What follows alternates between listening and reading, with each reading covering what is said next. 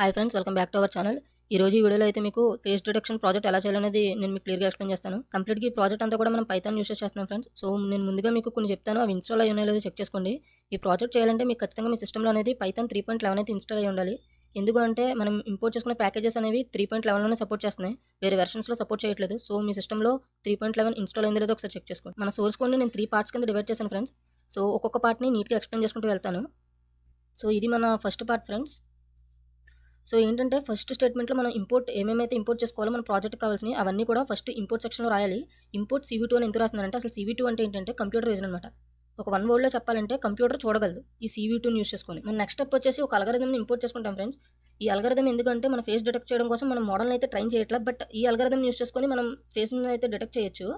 So, ఇదేంటంటే ఒక XML file అనమాట.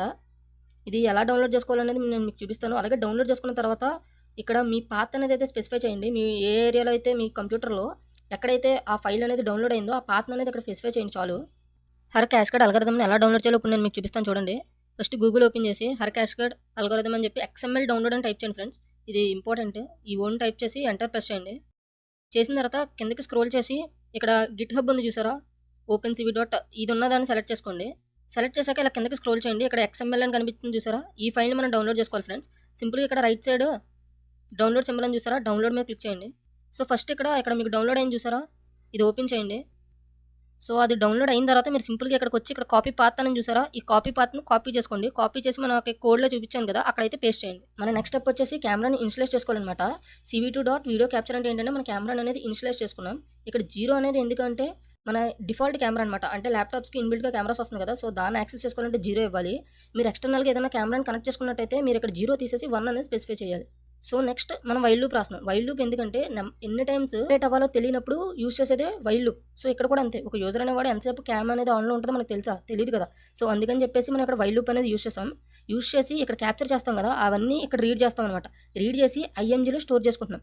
మరి ఆర్ఈటీ అంటే ఏంటంటే it's a Boolean variable. Boolean variable అంటే ఏంటి? ట్రూ ఆర్ ఫాల్స్ రిటర్న్ చేస్తది. ఇన్ కేస్ రీడ్ చేయకపోతే మనకి ఏం ప్రింట్ అవ్వాలి? ఇక్కడ ప్రింట్ఎఫ్‌లో రాసాను చూడండి. సో, ఇదనేది ప్రింట్ అవుద్ది. అదే సక్సెస్‌ఫుల్‌గా రీడ్ చేసిందనుకోండి ఇంకేం ప్రింట్ అవ్వదు. మనకి నెక్స్ట్ స్టెప్స్ అనేవి ఎగ్జిక్యూట్ అవుతూ ఎళ్తాయి. సో, నెక్స్ట్ మన పార్ట్ 2 కోడ్ వచ్చేసి ఇది ఫ్రెండ్స్. ఇదైతే మనకి పార్ట్ 2 కోడ్ ఇది. సో, ఇక్కడ నెక్స్ట్ స్టెప్ ఏం చేస్తున్నామంటే మనం క్యాప్చర్ చేసే ఇమేజెస్ అన్నీ ఎందుట్లో ఉంటాయి? బీజీఆర్ ఫార్మాట్‌లో ఉంటాయి. బీజీఆర్ అంటే ఏంటి? బ్లూ, గ్రీన్, రెడ్ ఫార్మాట్ అనమాట. దాన్ని మనం ఎందులోకి కన్వర్ట్ చేస్తున్నాం? గ్రే స్కేల్‌లోకి కన్వర్ట్ చేస్తున్నాం. గ్రే స్కేల్‌లోకి ఎందుకు కన్వర్ట్ చేస్తున్నామంటే ఈ హర్ క్యాస్కేడ్ అల్గారిథమ్ అనేది గ్రే స్కేల్ ఇమేజెస్ మీద పెర్ఫార్మ్ చేస్తది. గ్రే స్కేల్ ఇమేజెస్ అంటే ఏంటి? బ్లాక్ అండ్ వైట్‌లో ఉంటాయి. మన నెక్స్ట్ లైన్ వచ్చేసి ఇక్కడ ఫేసెస్‌ని అయితే డిటెక్ట్ చేయాలి. ఆ ఫేసెస్‌ని ఎలా డిటెక్ట్ చేద్దామంటే మనం ప్రీవియస్‌గా ఒక గ్రే స్కేల్ ఇమేజ్‌ని తీసుకున్నాం కదా! గ్రే స్కేల్‌లో కన్వర్ట్ చేసాం కదా! సో, దాన్ని ఇక్కడ మనం నెక్స్ట్ లైన్‌లో ఇన్‌పుట్ కింద ప్రొవైడ్ చేస్తాం. అలాగే ఇక్కడ స్కేల్ ఫ్యాక్టర్ ఈక్వల్ టు 1.3 అంటే జూమ్ ఇన్, జూమ్ అవుట్ అనమాట. అలాగే మిన్ నైబర్ ఈక్వల్ టు 4 అంటే ఏంటంటే కాన్ఫిడెన్స్ లెవెల్. అంటే అది ఫేస్ అని చెప్పే ముందు దాని యొక్క కాన్ఫిడెన్స్ లెవెల్ అనేది చెక్ చేసుకుంటాం. నెక్స్ట్ అలా డిటెక్ట్ చేసిన ఫేసెస్‌కి మనం అవుట్‌పుట్‌లో చూసినట్టయితే ఒక రెక్టాంగిల్ బాక్స్ వస్తుంది కదా! సో, ఆ బాక్స్ రావడం కోసం ఈ లైన్ అనమాట. ఈ లైన్ బాగా అర్థం అవ్వడం కోసం నేను మీకు ఒకటి చూపిస్తాను చూడండి ఇమేజ్. ఇమేజ్‌నైతే చూడండి మీకు క్లారిటీగా అర్థమవుద్ది. ఇక్కడ ఎక్స్ అండ్ వై అంటే ఏంటంటే స్టార్టింగ్ పాయింట్స్ అనమాట. ఇక్కడ X plus W, Y plus H అంటే ఏంటంటే ఒక ఎండింగ్ పాయింట్స్ అనమాట.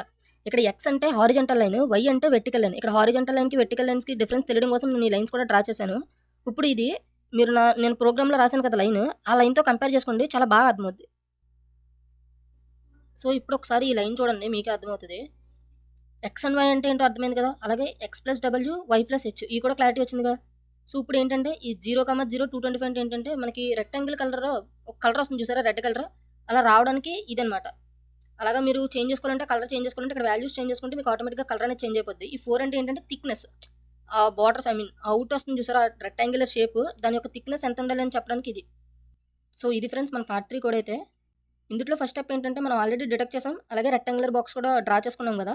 సో, దాన్ని డిస్‌ప్లే చేయడం కోసం ఈ లైన్ అనమాట. సో, నెక్స్ట్ స్టెప్ ఏంటంటే మనం వెబ్ క్యామ్‌ని యూజ్ చేసుకున్నాం గదా! సో, ఆ క్యామ్‌ని క్లోజ్ చేయడం కోసం ఇది 27 అంటే ఏంటంటే ఎస్కేప్ కీ అనమాట. సో, 27 అంటే మీరు ఎస్కేప్ కీ కొట్టగానే కెమెరా అనేది ఆఫ్ అయిపోవాలి. సో, అందుకోసం 27. 27 కీ దేనికి ఇండికేట్ చేస్తది? ఎస్కేప్. సో, నెక్స్ట్ మనం ఏ అయితే రిసోర్సెస్ యూజ్ చేసుకున్నామో అవన్నీ రిలీజ్ చేసేయాలి. అలాగే క్లోజ్ చేసేయాలి కాబట్టి ఈ 2 లైన్స్ అనమాట. నేను అవుట్‌పుట్ అయితే చూపిస్తాను ఫ్రెండ్స్ ఒకసారి చూడండి. సో, నేను ఇక్కడైతే లైన్ ఇమేజ్ నా మొబైల్ అయితే చూపిస్తున్నాను ఫ్రెండ్స్.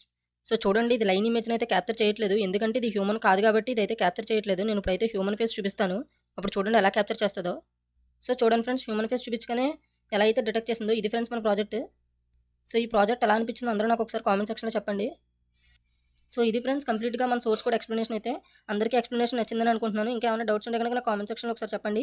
అలాగే ఈ ప్రాజెక్ట్ ఎలా అనిపించిందో కూడా నాకు ఒకసారి చెప్పండి. ఇంకా టెలిగ్రామ్ ఛానెల్‌లో కనుక ఎవరైనా జాయిన్ అవ్వకపోతే వెంటనే ఎళ్లి మన టెలిగ్రామ్ ఛానెల్‌లో కూడా జాయిన్ అవ్వండి ఫ్రెండ్స్. అక్కడ ఇంటర్న్‌షిప్స్ గాని, యుడెమీ కోర్సెస్ గాని దీని యొక్క సోర్స్ కోడ్ కావాలితే మన టెలిగ్రామ్ ఛానెల్‌లోనే ఆల్రెడీ పోస్ట్ చేశాను. ఒకసారి ఎళ్లి వెరిఫై చేసుకోండి. Thank you friends. Thank you for watching. అలాగే మీ ఫ్రెండ్స్‌కి కూడా షేర్ చేయండి. ఇలాంటి ప్రాజెక్ట్స్ అనేవి మీరు కూడా బిల్డ్ చేయొచ్చు.